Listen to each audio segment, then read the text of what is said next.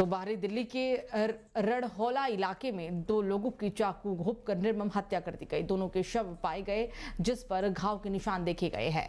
Police ने कहा है कि दोनों शख्स के शव रविवार रात को बरामद किए गए। पुलिस ने कहा है कि रात करीब 9:44 पर मच्छी मार्केट के पास एक व्यक्ति के खून से लथपथ पड़े होने की सूचना मिली थी।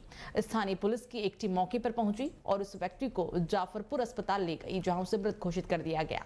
उन्होंने कहा कि मृतक की पहचान मुकेश के रूप में हुई है। एक अधिकारी ने कहा है कि जब उस व्यक्ति को अस्पताल ले जाया जा रहा था तो कुछ स्थानीय लोगों ने पुलिस टीम के पास एक और शव पड़े होने की सूचना दी। उस पर भी चाकू के वार के कई निशान मिले थे।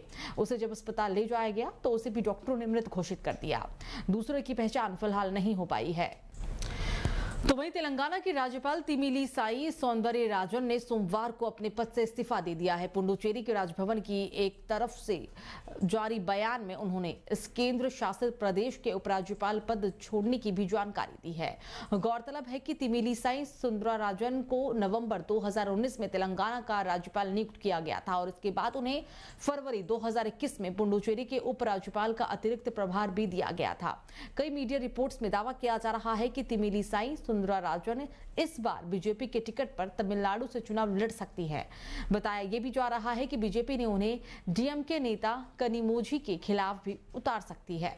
2019 के चुनाव में सुंदरराजन ने चुनाव लड़ा था, हालांकि उन्हें कनिमोझी के खिलाफ ही हार का सामना भी करना पड़ा था। तो वहीं अगर बात 2009 की करें तो 2009 में चेन्नई उत्तर सीट से प्रत्याशी भी रही थी। हालांकि यहां उन्हें डीएमके के टीकेएस एलगोवन से हार का सामना करना पड़ा था।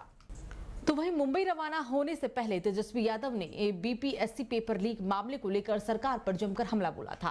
राहुल गांधी की रैली में शामिल होने के बाद वापस पटना लौटे तेजस्वी यादव ने अब बिहार में बढ़ती अपराध की घटना को लेकर एनडीए और बीजेपी से सवाल पूछे हैं। तेजस्वी ने कहा है कि जंगलराज की दुहाई देने वाले आज चुप क्यों हैं। तेजस्वी यादव ने पटना पहुंचते ही अपराध को लेकर सरकार पर जमकर हमला बोला। तेजस्वी ने कहा कि पटना में बिल्डर पर गोली चल जाती है और हत्या हो जाती है, नालंदा में पत्रकार को गोली मार दी जाती है। बिहार में लगातार अपराध की घटनाएं बढ़ती जा रही हैं। बीजेपी और जेडीयू के नेता आज लॉ एंड ऑर्डर पर सवाल क्यों नहीं उठा रहे हैं। नीचे करो नहीं सब बातें हैं, लेकिन उसमें कोई दिक्कत नहीं, 2-4 दिन में सॉर्ट आउट। अच्छा Tejashwi ji, electoral bonds JDU को जिस तरीके से उनका हलफनामा लिया कि कोई दफ्तर में आके 10 करोड़ दे गया। देखिए इस पे हमको कोई टिप्पा टिप्पणी करना है नहीं, है ना। कौन क्या किया नहीं किया, क्या किया, असल मुद्दा जो है जनता दल यूनाइटेड को और भाजपा की सरकार को ये बताना है कि ये पेपर लीक कैसे हुआ और क्या कारण है कि भाजपा के आते ही ये पेपर लीक जो है शुरू हो जाती है। इसका दोषी कौन है? जो लोग युवाओं के भविष्य के साथ खिलवाड़ कर रहे हैं, ये आखिर ये लोग कौन है? क्या इन पे कार्रवाई होगी, नहीं होगी, किसकी गलती है, इस पे तो कोई चर्चा नहीं कर रहा। तो ये तो बताना चाहिए कितना मेहनत से हम लोगों ने पद जो है वो सृजन किया, हम लोगों ने नौकरियां दी। आगे ये सुनने में आ रहा कि स्वास्थ्य विभाग की भी जो नौकरियां वो रद्द कर देंगे। क्यों कर रहे हैं ये लोग?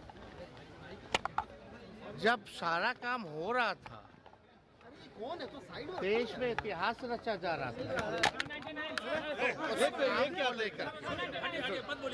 हम तो यही चाहते हैं।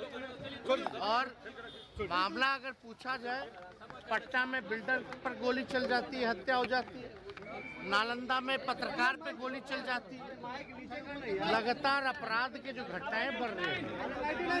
कौन सा नेता जो है भाजपा का या जेडीयू का अब लॉ एंड ऑर्डर का सवाल क्यों नहीं उठा रहे लोग? ये कहाँ गया? कैसे पत्रकारों पे? हम तो आप लोगों से भी कहना चाहते हैं, आप ही लोगों के भाई पर हमला हुआ है, गोली चली है, विश्वकर्मा नाम है उनका।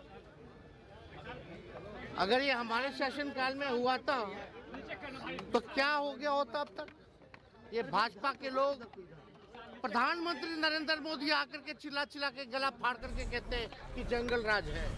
अब तो लोकसभा चुनाव से पहले चुनाव आयोग ने सख्त एक्शन लेते हुए 6 राज्यों के गृह सचिवों को हटाने का आदेश दे दिया है। चुनाव आयोग ने जिन 6 राज्यों में के गृह सचिव हटाए हैं उनमें गुजरात, उत्तर प्रदेश, बिहार, झारखंड, हिमाचल प्रदेश और उत्तराखंड शामिल है। इसके साथ ही पश्चिम बंगाल के डीजीपी को हटाने के निर्देश भी दिए गए हैं। चुनाव आयोग का कहना है कि ये एक्शन चुनावों में समान अवसर सुनिश्चित कराने के लिए लिया गया है।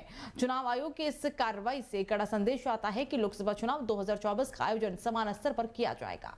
आपको बता दें कि चुनाव आयोग ने पश्चिम बंगाल के डीजीपी को 2016 में सूबे के विधानसभा चुनाव और 2019 के लोकसभा चुनाव के दौरान भी सक्रिय चुनाव ड्यूटी से हटा दिया था और इसके साथ ही बृहन्मुंबई नगर आयुक्त इकबाल सिंह चहल के साथ ही अतिरिक्त आयुक्त और उपायुक्त को भी हटा दिया गया था। इसके साथ ही मिजोरम और हिमाचल प्रदेश के जेडी सचिव को भी हटाया गया है।